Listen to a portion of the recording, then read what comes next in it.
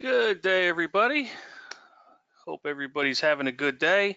I want to thank you for joining me for the benefits of Triage. I'm Rich Frawley. I'm your host for today. I'm the digital forensic specialist here at ADF Solutions. A little bit about myself. Spent 22 years in law enforcement. 17 of those as a certified forensic computer examiner and an investigator. And with that, I adopted Triage early on in my career. I was a one-man shop. I had a large amount of work, coming into the lab, and something we needed to overcome. I did a lot of work. A lot of it came from online undercover work, as well as from cyber tips, your Internet Crimes Against Children Task Force work, from other departments. Way back when in the day, there wasn't a lot of this out there, so you helped your neighbors. And I worked a variety of different cases. I've worked on homicides, frauds, threats, and one of my favorite till this day, it was a jury tampering case. Above all, that's my number one case. But early on, we adopted a policy to try, where we could, to weed out computers that didn't need to be seized, both in the lab, when we got stuff back, and on scene. I believe that's, really important, especially when you're talking about limited manpower. And this goes back to the days of, boot CDs. So every computer, had a CD-ROM in it there, or a network crossover, previews, and eventually, into the live and boot USB devices. Used a variety of tools. We all know that need for the stock toolbox, whether it's free or paid. We all had that. But the number of devices has never stopped increasing, and having the ability to eliminate or at least assign a priority to a device really helps out immensely. So this started developing into the ability to make decisions on scene, with a combination of good old-fashioned police work and the technical ability to preview and triage computers where they sat. If we had the evidence in front of us and we can develop that probable cause, making the arrest that day solved some of the exigency in the lab. Took the bad guy off the street, as compared to that day, as compared to, in weeks or months. So 4 years ago, I retired. I joined ADF Solutions. Here's a company that's garnered several digital forensic patents, more than 12 years ago, and built its reputation as a triage company. With the roots in digital forensic triage, our early years were spent creating software specifically for image identification and analysis, specifically for child exploitation, and government and law enforcement agencies being the main drivers asking for this technology. Our immediate value as a triage tool was in providing immediate on-scene intelligence and capture of potential evidentiary information, and has since morphed into solutions that are easier to use for investigators and helping reduce case backlog. And that's where we're going to get into today, is that ease of use. Really, when you go out on scene and you want to do triage, or if you're in the lab doing triage, you should be able to do it. We're going to keep it simple, and show you how to get through this with really cut your stress level out on maybe, thinking you can't do this. So there's my introductions. We're going to go over a little bit, what is triage, where to begin, a little bit of history of it, triage today, what we could use, how we could use it, the strategy, and really being successful with it. That's the main focus here, right? Is when we go out and do this, we want to make sure that we're doing it right. We want to make sure we get what we want, and we're comfortable and confident in our results. We're going to look at use cases. We are going to make sure that when you were there, things to remember, to kind of tying it all together. We're going to wrap up. We're going to have questions. Coming from ADF, working here, using this back in the day, we have come a long way. As you're going through this, please think of not only computer, not only the devices attached to those computers, but also mobile. This all works in together in what you're looking for and what you're doing. We don't think a lot about mobile as being able to be triaged or taking a look at it, but it can be. You can really make a difference on scene and getting the stuff. Things have changed a lot, and I'm really happy to be here doing this today. So, what is triage? Not going to spend a lot of time on this, but it's good to know where things come from. Whenever you're learning about something, it's really good to know where the origins of it, why we're doing this, what it means, and it's very simple. You know, early 18th century, it's the sense of the action of sorting items according to quality, right? And it comes from the French word trier, or to separate out, or to cull. And you'll see later the etymology of the word also.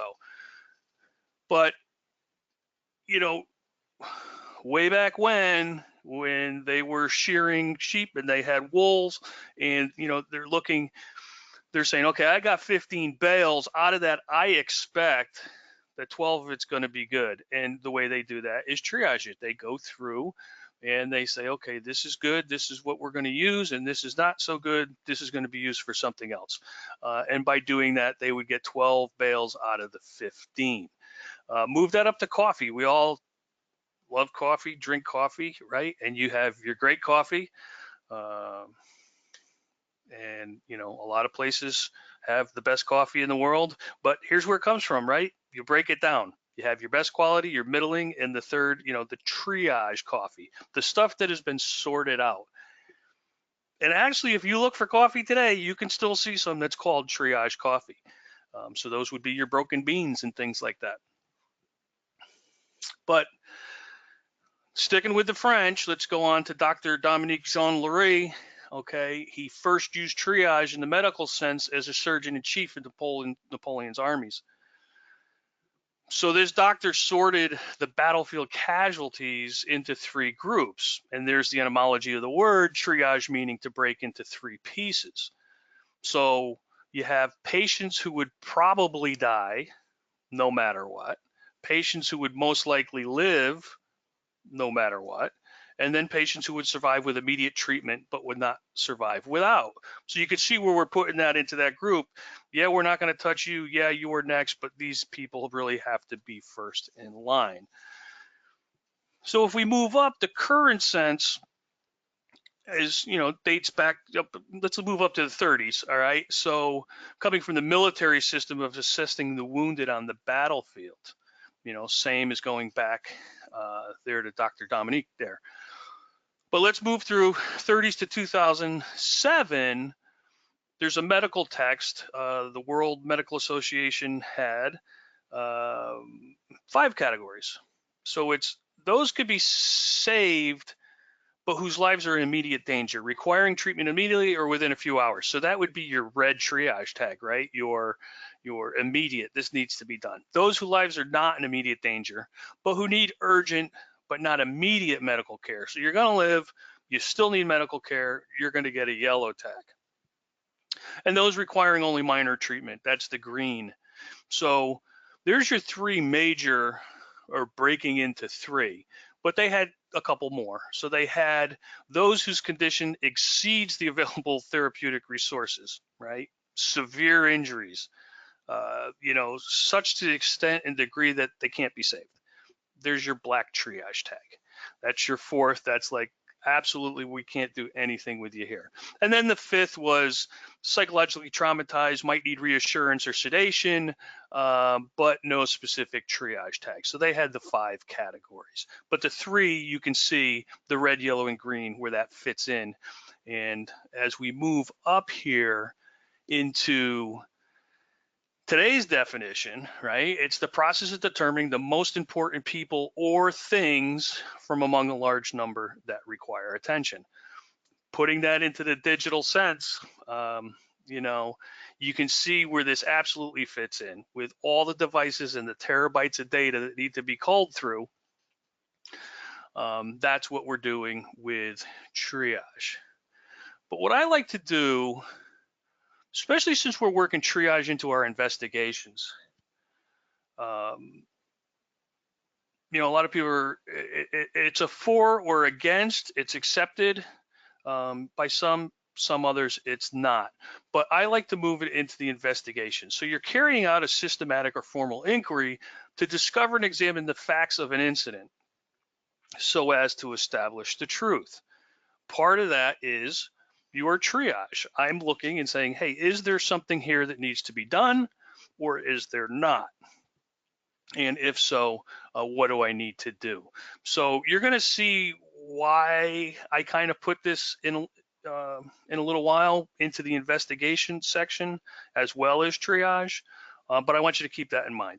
So let me move on here. So today's webinar, we're going to cover the art, and it kind of is an art, because you got to think about it a little bit. We're going to keep it simple, but the art of triaging or conducting the initial investigation of digital evidence. Some, we might even say early case assessment. We're going to bridge that gap, right, that sometimes lie between the investigator and the examiner. Because as an investigator, we've put a lot of hours and work into this investigation in order to locate and get to the digital evidence. Or maybe the digital evidence is already in your hands and now you need the information on that device to further or continue your investigation. So an investigator handling child exploitation cases such as cyber tips, peer-to-peer, human trafficking, you followed some sort of digital evidence, some investigation to locate your digital devices. Once you have that in your hand, you want to continue to follow that path. You want to make decisions. You want to come to that logical conclusion sooner rather than later. In some cases, this evidence is going to sit on a shelf, waiting for the deep dive examination, sometimes hindering your investigation and letting it become stale. And I'm not placing blame here. This is completely understandable with all the stuff that's out there today, all the backlog, the lack of manpower, so on and so forth. It's happening. So that's where we need to bring triage in, embrace it, and get rid of those backlogs. Help out the lab. Be able to put this into your hands or have somebody help you put this in your hands so you can continue on the investigation while that computer goes up for that deep dive. So we're kind of bridging that all, putting it all together.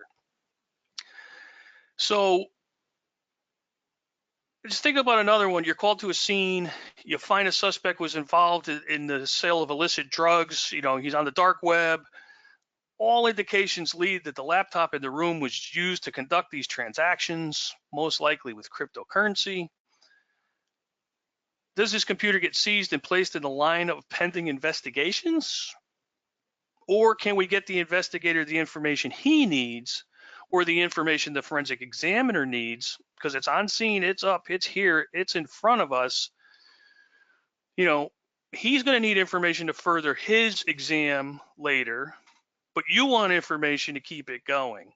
Do we want to be able to identify if possible cryptocurrencies are there for seizure? Which ones are they? Validate the initial findings of what's going on scene and follow up. Maybe you have to do some preservation orders and search warrants. You can grab that information right here live. Triage. And another one is, consent to pull specific information from a device. Kind of falls under that. I kind of think it does. Do we still, you're going in and you're pulling out, okay, I'm just going to take these files from the computer. I want all, the XLS documents or the Excel documents or the Word documents from the user profile. That's all I need. I know my information's in there. But with Triage, you can still pull a profile of that computer, the computer information, some of the artifacts, so you have a complete report and you know where you pulled it from, when you pulled it from, and all the information that you need should this ever need to turn into something else. So adding artifacts, specific machine information, specific files allows for that full picture and the ability to determine those next steps. So whether, your campus, customs, HR, parole, probation, special investigations unit, private sector, we all need information fast to make decisions on. Triage and rapid investigation allows for this to happen. And, coming from the role of investigator and examiner, I was able to bridge that gap by getting the relevant information up front, and allowed me to continue with my investigations and the scheduling of my deep dive due diligence examinations, kind of in a first in, first out manner. But this allowed me to keep moving and not really build a huge backup. All right, that was a long slide. So we want that relevant information up front. We want records organized for easy analysis. We want comprehensive reporting. And with this information, we can continue our investigation, and it'll be simple. It sounds like a lot, but it's not, especially with the right tool, and I'm going to say here, using our tool puts this all together. I'm going to brag during here, but anything I say in here, you'd be able to do. But really, getting your relevant information up front fast. Organized so you can go through it fast. Ease, this is here, I want this, I'm going to tag that, and I want to report as soon as I get back because this guy's going to the courthouse and I want to be able to have something to go with him. That's what you want. That's kind of what triage, early case assessment, on-scene investigation does for you. So not every case is deep dive worthy, and the investigation may come to a logical conclusion with what you gathered from the device. We all had those where I just need this, here it is, build a little background on the computer, I put my report together, it gets pled out, this computer never needs to be looked at again. That's what I mean. I am not in any way saying deep dive is not something that needs to be done, but it's not worthy in every case. They say 90% of your cases can be solved with 10% of your data. So let's get to that point early by targeting what you believe is that 10% that you're looking for. Make those decisions on how these devices need to be examined. Yes, I'm done with this one. No, this doesn't have anything. Yes, this needs a deep dive due diligence. Again, deep dive due diligence and peace of mind searches can be done at a later date. This does not replace the deep dive examination. But it does save time, save money, and save space. And this is both in the lab and out on scene. So history, really quick, a quick search of the internet, and I'm not talking looking way back or doing any type of major searches, but a quick search, you could find text, back to 2002 with people starting to document what they were doing in triage. I know I was doing it as early as 2001. Previews have always been part of the game, especially with boot CDs, network attacks, previews, so on. But you have text back to 2002. Classes, I started going into classes that promoted triage back to 2006, 2007. Actually took the National White Collar Crime Stop classes, a secure technique for on-scene preview. And then you start looking at some of the tools that started coming out, free as well as paid. I know ADF has been around since like 2005, 2006, and we were rooted in triage. 2010, 2011, some more tools came out. So it's out there, and the history has been documented. So we got different types of triage. Triage will get you results that fall into that low-hanging fruit and yes/no categories. That stuff is super fast. That's going to get you your, hey, I'm just looking to see if these specific keywords are in the file names. Low-hanging fruit, especially with like child exploitation cases, we're talking being done in a minute. We're talking about having a full listing of every file and folder that's on that computer for you to say, here's what's on there, and here's what it hit on. Here's showing that there is child exploitation stuff. So you can look a little bit further, but we're talking fast, right? It's meant to be fast and give you peace of mind. Right place, right computer, and some evidence. It finds the few pieces of evidence, it gives you a bare bones report. If any report at all sometimes, depending on what you're using. There are different ways to conduct triage, and they're employed in many ways across the digital investigation and examination field. And ADF gives you these options, and they could be deployed and finished, like I said, in minutes. We have previews. So Usually that's using a full forensic suite, hooking the hard drive up, previewing it until something is found, right? So you take the hard drive out, which you need usually somebody who's good with taking apart and knows computers. So you got to get that hard drive out. A little harder with some of the new stuff today. But you take it out, you hook it up to your full forensic suite. You go to your gallery view, you look, you say, yep, there's my contraband, or there's the files that I'm looking for. Gives you that long hanging fruit. Doesn't collect artifacts or produce a report typically. And you have, as an investigator, no evidence to continue with the investigation. So preview's an option. It's a low hanging fruit option. It's one I've used many times as well out there and over my years, but that's one way of doing it. Your second is your live scan. So you walk in, computers up. First thing, collect RAM. Collecting RAM on a live machine should be the first order of business because that contains valuable data, and it can be altered and overwritten during live scans, so you want to make sure you have it up front. It can be done in a short amount of time. But as far as moving on with this live scan, right, you collect your RAM, you do the scan, you're looking for low-hanging fruit. Maybe you're looking for encryption. So do I need to image this while it's up and running? Do I need to try to find the keys on here? Do I need to try to find passwords? Do I need to pull credentials? Sometimes you stop when the evidence is located, stopping when the scan is complete, imaging if it's needed. And you could do this in a lab setting as well as on scene. Especially if you're in a lab and you've got a huge backlog and the next case coming up has 10 computers, you're not sure what's on each one, you could start doing your well, not live scans, only if they were up and running, but you can start doing stuff in the lab like this if you needed. Also consider, like I said before, your order of volatility when collecting from a live system. You have your boot scans. This is where I kind of mean to use it in the lab.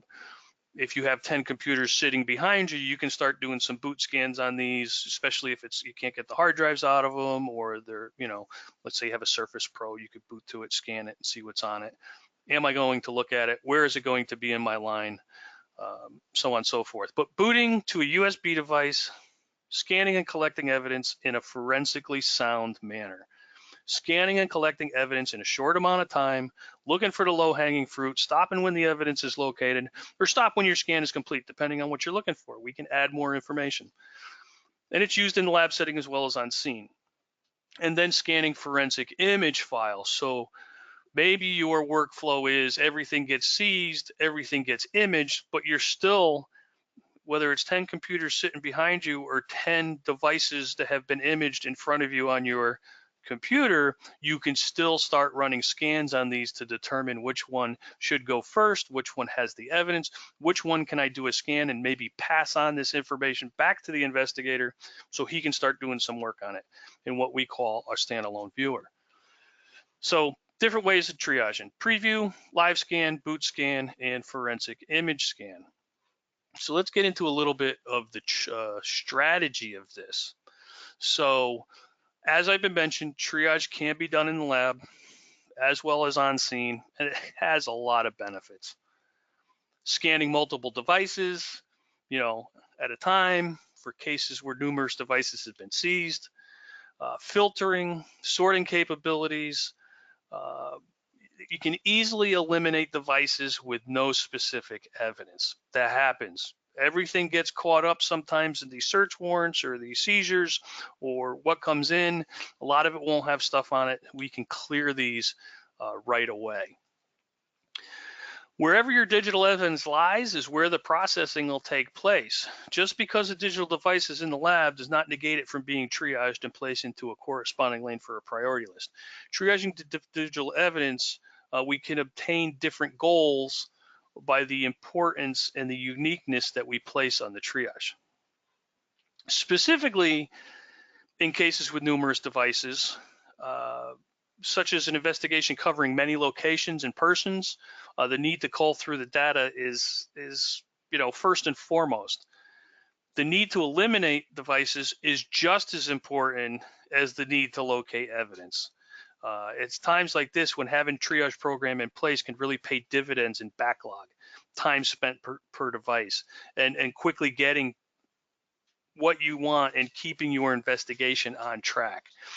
And this also brings us into like knock-and talks or consent searches. One of my earliest investigations was conducting knock-and talks in what was called Operation Avalanche back in 2000, 2001. Conducting a knock and talk, it's a combination of good old-fashioned police work and speed. And if consent gets withdrawn and you want that collected information in your hands, you don't want to have to deal with post-scan analysis or collection, because this is going to fall out of the scope of that consent. So knock and talks are great. Just make sure your tool is collecting and looking at what you want. And like I said, that good old-fashioned police work, that talking and getting you in the door and getting this suspect to comply with you. So getting into triage, the sorting, the three, right? If we were going to break it down into three, what are we looking at? So with digital devices, I'm looking at stuff that has no evidence. If we triage and sort by the specificity of our results or the lack of specificity in our results, we can place our evidence into the correct lane for processing or completely eliminate the device at this point, right? Typical low-hanging fruit type scenario where the results reflect that several files meet the threshold required to seize or further process the computer. Those results will show that contraband victims' names, IP addresses, stolen credit card numbers, etc. were located, or that the results reflect zero evidence of the items being on that device. A carefully crafted keyword search profile, whatever you're looking for, will give you that. So let's break it down. No evidence, leave it behind. Actionable evidence, make a decision and seize it. Evidence that requires deeper dive, definitely we're going to seize and move that up the line to say, hey, there's stuff on here. We see keywords. We don't find the files. We believe, they've been deleted. This is going to require a little more work. This has got some cryptocurrency wallets on it. We know that. We're going to take it because of that, but it's going to need, that deeper dive in order to get there. So we can break down stuff on scene into this sorting type category. So let's look back at what we discussed with triage or investigation. So I read the what is an investigation before and triage. So what is our purpose for being there? What does our wording dictate about our case later? I like to incorporate the word investigation as it tends to spell out the reason we're there and what we're doing. Carry out a systematic or formal inquiry to discover and examine the facts of an incident. That's why we're there, to establish the truth. So it's part of the investigative process conducted by a trained, experienced investigator. So maybe your narrative can state that, right? I conducted an on-scene investigation into the contents of the digital devices located in the suspect's residence. My investigation included the collection of digital evidence from the devices in order to triage and eliminate unnecessary devices for being seized. That gives you more credence to the activity and places triage into the investigation. And you also add, further my investigation, such and such, a decision was made to, so on and so forth, and you have your report with everything you saw, collected, and did. But this turns that triage into investigation, gives you the credibility, and also lets you pat yourself on the back because you're not only in there taking stuff, going in and taking, instead of taking everything, you are saying, hey, I went through, this was what was here. Family members had work computers, school computers. I scanned them. There was nothing on there. We left those behind. Pat yourself on the back. You'll look great in court when they put you on the stand and talk to you about that. So putting the information in your hands, right? This is kind of where I go with triage. I like to take that next step. There are times when you go in and you say, boop, there's contraband, close it up, seize it, we'll take it, look at it later. But you want that information in your hands, right? So triaging with the intent of using the information for further investigation and decision-making leans more towards the investigative side of triage and places that data in your hands right away. You can conduct your scan, analyze on scene. A scan can be done, or the results could be placed at a standalone viewer. So let's say somebody else did the scan for you, and then you can continue on with the investigation by tagging, sorting, filtering, putting your reports together that day. That allows you to complete preservation orders, right? There are other accounts that maybe you don't know about. There's social media on there that, maybe that they're sharing with, or the main account where something was located, and that's how you track to this place, but you didn't realize that he made several other accounts. So this is going to allow you to preserve these, do your search warrants, do your evidence tagging, and arrest warrants. If that's it, if you haven't made a decision on scene, you can start working your arrest warrants at this time too.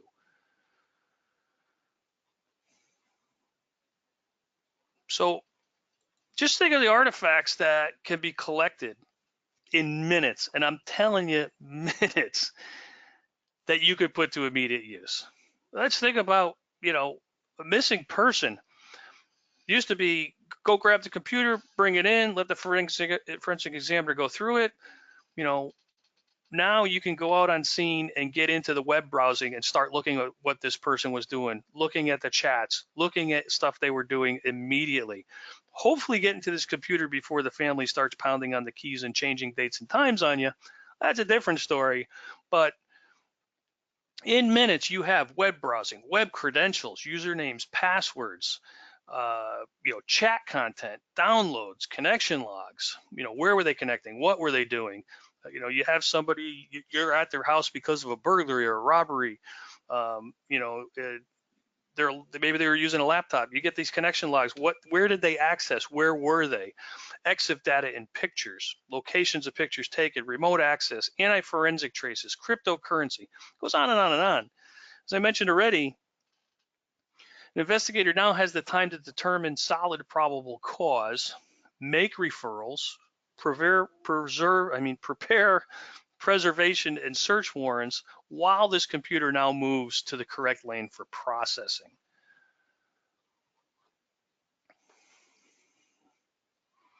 So we all want to be successful with triage, and I'm going to get back into it here in a second. I just want to take a time out here. So for those of you who may be new to this out there, or who haven't employed it yet, or who are worried about bringing it into what you already have established, yeah, you're going to have to train investigators who have never done this before.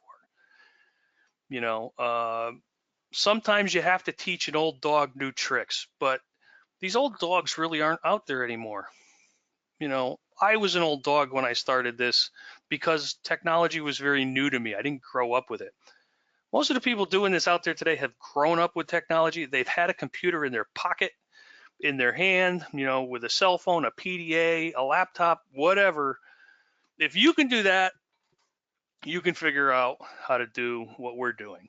And I'm not just saying on your own. No, there's cyber investigation courses that are free that come around all the time. National White Collar Crime is one of the ones that does that.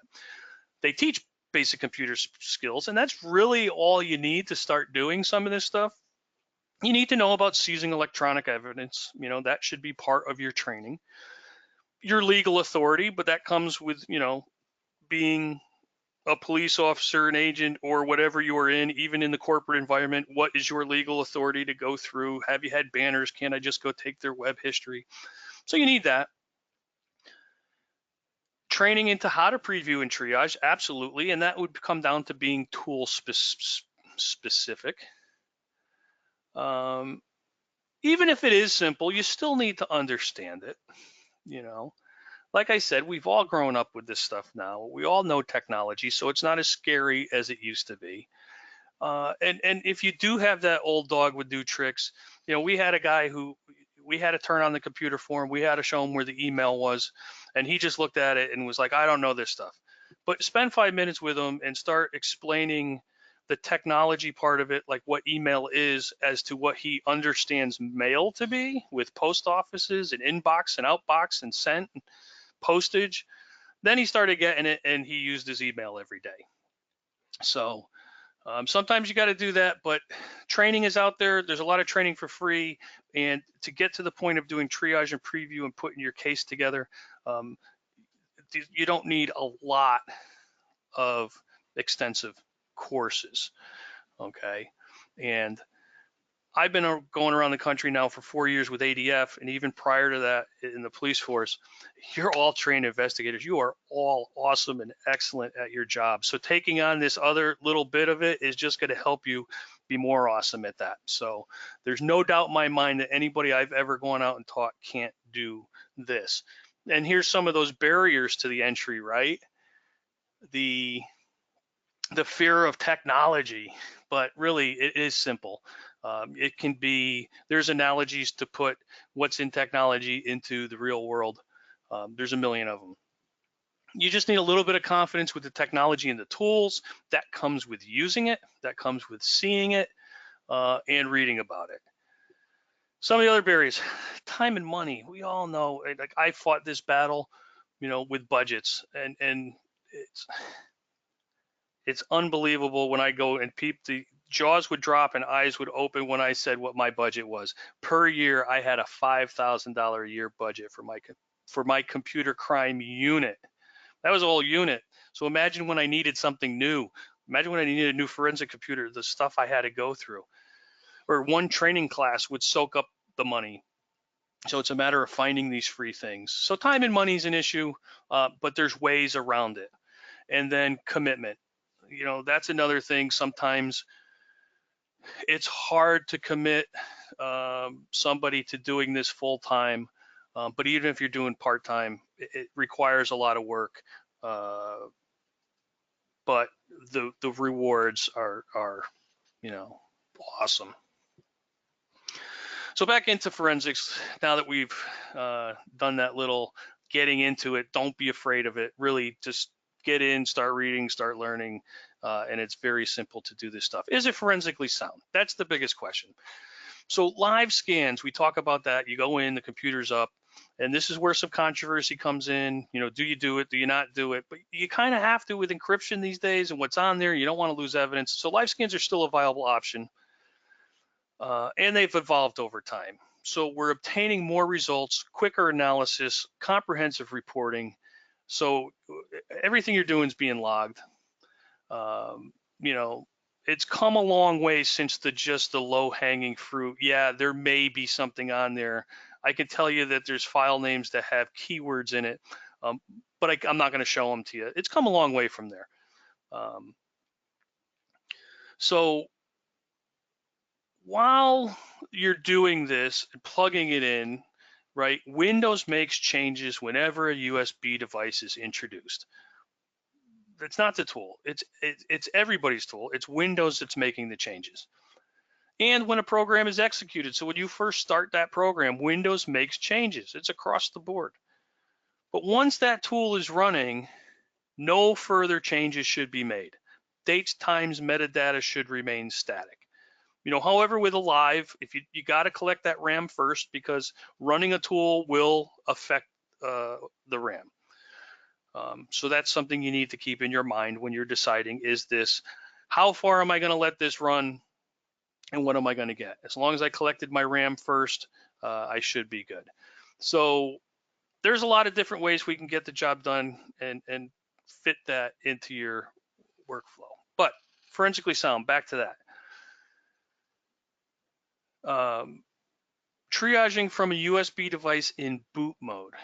So computer's off, I insert my USB device, I boot to my USB device, and I do a scan, whether that's Windows, Mac, or Linux. 100% forensically sound. Make sure, validate your tool, but I can tell you ours is 100% forensically sound. The best way to do a triage on scene, and it gives you that ability to go and do this on scene now. It used to be live only. Now, hey, my computer's not on. You want to make a decision? He's got a Mac sitting there, or he's got a Linux machine, or he's got a Windows machine powered off. Boom, right to the USB, and do it. So a lot of ways to get the job done and get it to fit into your workflow. But what's your end game? So you want results in minutes, not hours, right? We all know on scene, in, out. Get in, get out, get on with your life, right? I think there's some chain out there that uses that, but that's what you want to do. You want the profile of the computer, its usage, probable cause determined immediately, hopefully on scene or back in the lab, but You want that. Specificity, right? If you have specific keywords and dates and times and hashes, that's going to get you to what you want, and you're going to have the up-to-the-minute reporting. Once we're conducting a triage, like I said, let's up that game. Let's investigate and get a little more targeted, a little more specific. Put it together in a report. It's an up-to-the-minute placeholder in our investigation, a solid stopping and starting point, or a place to move forward from. It's a place to update, to learn, to make decisions in minutes and hours, not days, weeks, and months, right? So spending a few extra minutes gathering more data that has been targeted, specific keywords, hashes, dates, and times, allows you to cover more ground. Call out the uniqueness in your case. Make those decisions not just based on, hey, there's some keywords here, it may have something. It's like, no, it's got my keywords in there. I know I've got something. Let you continue the investigation with artifacts and evidence leading, to, like I said before, preservation orders, search warrants, referrals, cloud storage accounts, social media sites, other contacts, conducted the same type of crime. So that's your end game. Current workflow, right? I'm saying current, but this is the way it used to be before you introduced triage. Maybe you haven't introduced triage yet, or you have some form of it. But typically, seize it, image it, process it, analyze it, and report. So what are our possible workflows, right? So we can triage first, then seize, or we can seize and then triage, and then report. So either way you do that, triage and seize, or seize and then triage, you can have a report at that point. There's your starting and stopping point. Then process and analyze on a deep dive, on a logical, a peace of mind. I don't think there's anything on here, but I'm doing a deep dive of this anyways. I want to sweep out the corners of this case, and that's your peace of mind when I say that. And then specific evidence. I know this stuff's on here. Please go in and get it for me. That'll solve the case. And like I said, if you're doing triage, then you can analyze, investigate, do your preservation orders, search warrants, arrest warrants, so on, so forth. So a lot of ways to work this into your workflow. Some considerations, with other tools, with any tools, now that we're going to incorporate triage on scene investigation, you need to, make sure that you're familiar with them. That's important. A tool could be simple to use, but if you use it the wrong way, it can turn you off. You want to make sure you understand, make sure you're running it right, test it out. Is it up to date? Is it parsing the latest operating system and artifacts? Is it doing what I want to do? Can it do it? What if I go out on scene and I run into this? Will it do that?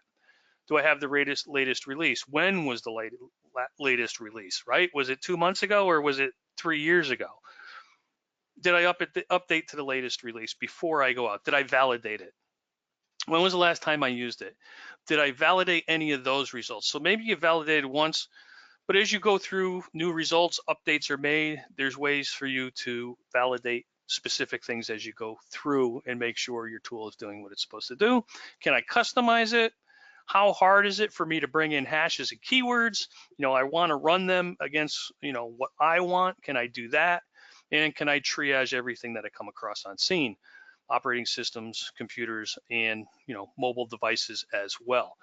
Time is of the essence, and creating the right scan or doing the right thing is essential to make this work.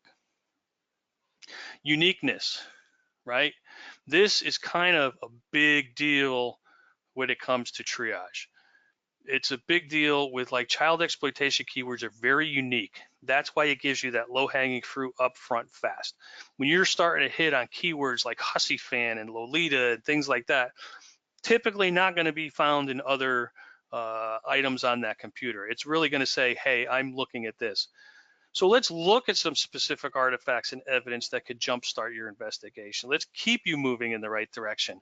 Many cases come down to the protection of children, and getting the pedophile off the street, seizing their assets, making connections to other conspirators, locating and preserving evidence that may be stored in the cloud or with other service providers. We're going to be looking for evidence that gets you on your way. We're not looking for everything.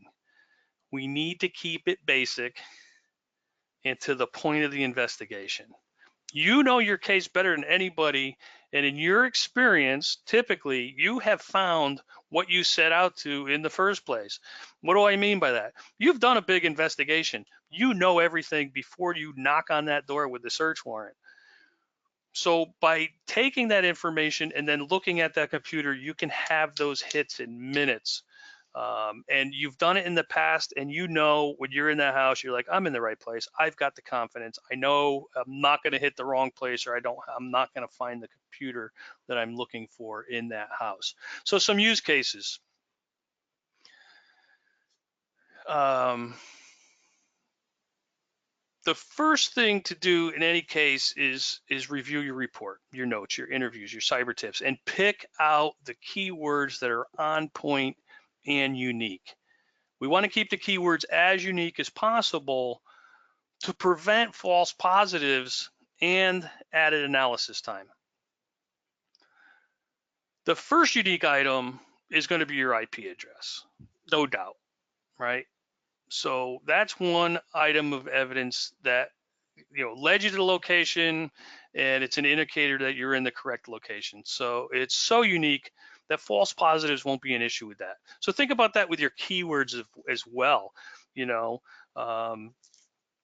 Case-specific keywords, your child exploitation keywords, unique names, phrases, words that were misspelled in a chat or an email that you may have, those are the things that help seal the deal.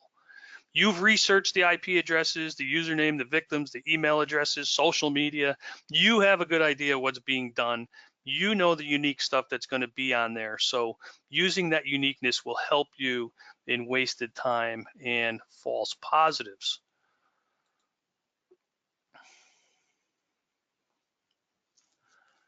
So what type of artifacts are going to help my case? What's going to keep it going?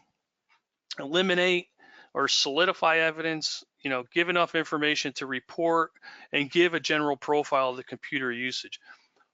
What did the review of the case show me? So if I'm looking for cryptocurrency, anti-forensic traces, remote access traces, cloud storage, they're all artifacts to consider. And just remember, I can't stress this enough. We need to be unique and keep it simple. We're not conducting a deep dive investigation. We're hitting on all the data that will keep us going, allow us to make decisions. So let's look quickly at a complicated subject such as cryptocurrency. Again, I'm going back to don't let things scare you. There's a lot to learn about cryptocurrency when doing a deep dive forensic examination. But what do we need to know up front so the evidence can be preserved and taken care of immediately instead of in weeks? What do we want to know? Is it researched? Is it installed? Is it being used? Is there a passphrase? An artifact is something left behind by the usage of the computer, such as web history, download records, and log files. So let's look for keywords and artifacts, right? So I'm going to parse out in my triage all the web history. And if I run my keywords against that web history, right, it's going to show me quite quickly whether cryptocurrency was researched or downloaded or installed or used. Other artifacts, my installed applications. This together with installed applications and application usage rounds out that overall picture that, yeah, it's on here, it's been researched, it's been used. Hopefully I can narrow it down to a specific program. That'll help the forensic examiner as well. If I search for file names and folder names with specific cryptocurrency keywords, I can nail down, locations of wallets, logs, passphrases, some of which are very important to cryptocurrency programs and security. There's an example, there's a program called Armory, which requires you to save the root key of your wallet. You have to save it in order for the program to work, whether you save it onto a USB device or your computer. Most people don't want to go hide that. They're going to keep that because it's so complicated that you're going to need that. So if you locate that document, you now have access to their wallet. A simply crafted keyword search will give you the necessary information to continue with your investigation. Again, keep it simple by using stuff like that. So to start the process of triaging a subject you know nothing about, you're going out, there may be some cryptocurrency. So, we give you some keywords for that, for the remote access, for cryptocurrency, for social media, anti-forensic traces. But what do you want from it? What evidence is going to be crucial for you on scene as the investigator? What evidence is going to help you make a decision? All right, so that's the stuff we kind of want to pull out with these keywords and where it is and what they're doing, like I explained before. Will that evidence help with preservations or search warrants? Well, absolutely, especially if I can get it up front, if I can find out what they're using, where they're using it, how they're using it. And will it be easy to report and assist the forensic examiner?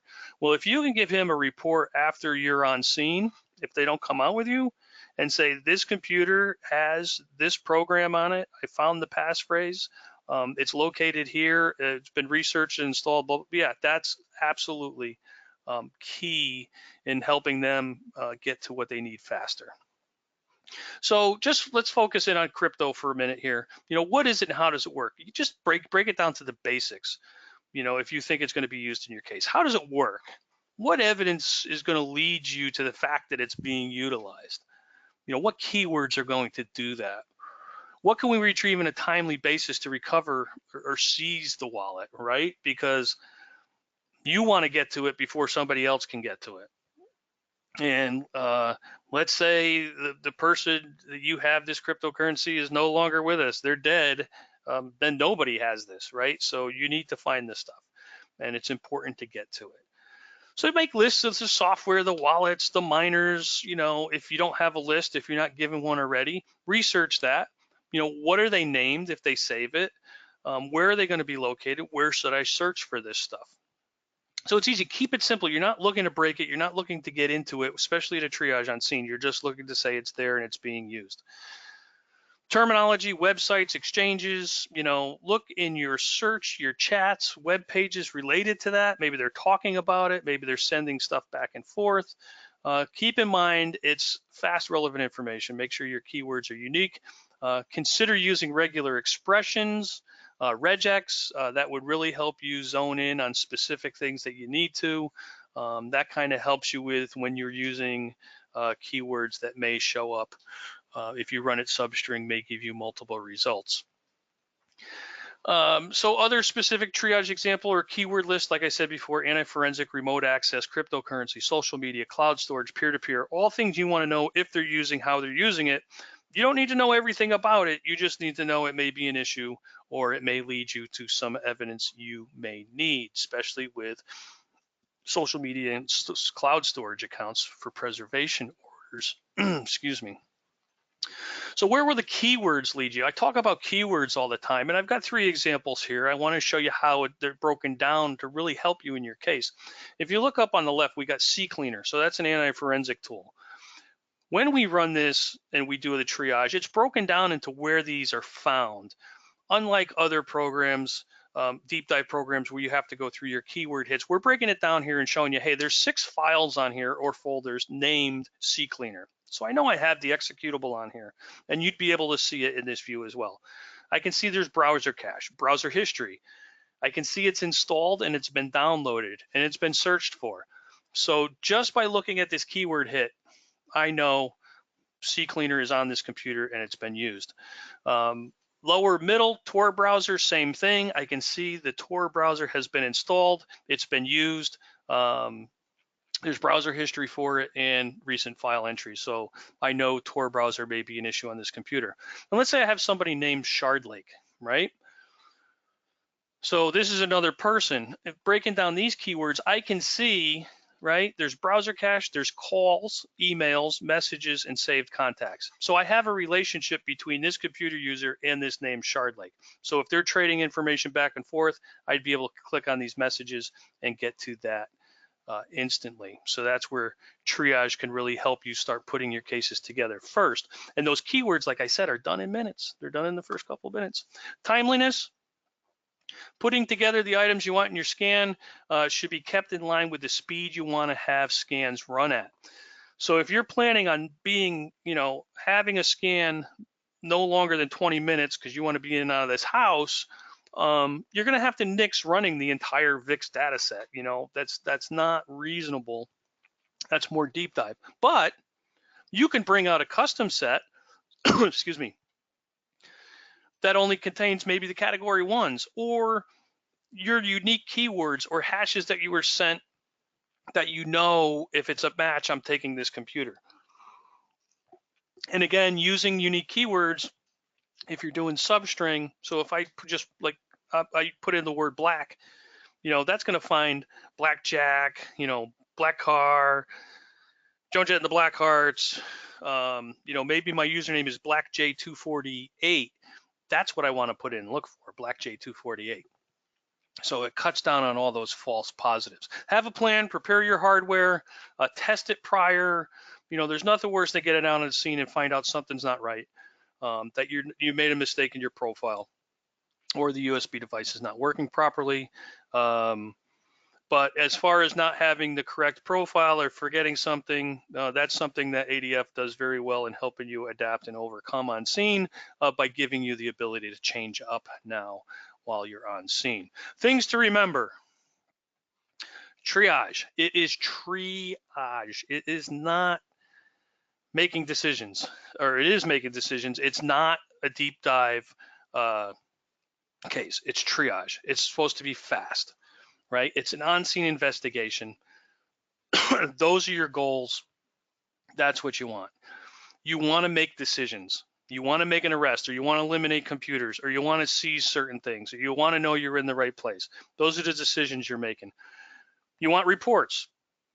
And if you can, like here, you want to link artifacts.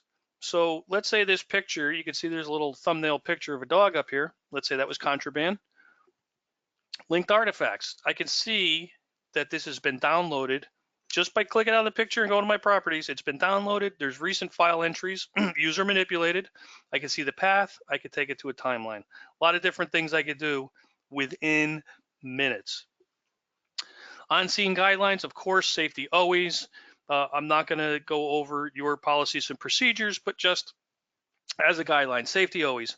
Photo and video prior. Disconnect the internet. Identify all your devices. Scan and make sure you're collecting your RAM before scanning live devices. Scan all devices. Interviews, decisions, information in your scans can be used in your interviews. When you're backing out, photo and video when you're leaving. Putting it all together. All right. A quick analysis on scene with tagging of records that are critical to the decision-making process helps build your report, present probable cause, and keep you up to date on reporting. The tool can automatically bookmark and tag items that you have in there as well. Simple report can be very simple. Artifact listing, bookmarked items, showing the process you took to get where you are. It's a definite starting and stopping point, right? That's what I said.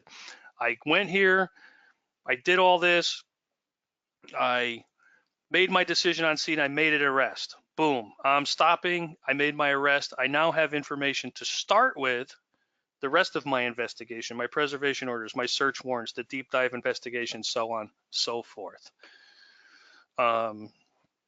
With that, this is January, February 6th, new product updates, new product release coming out next week.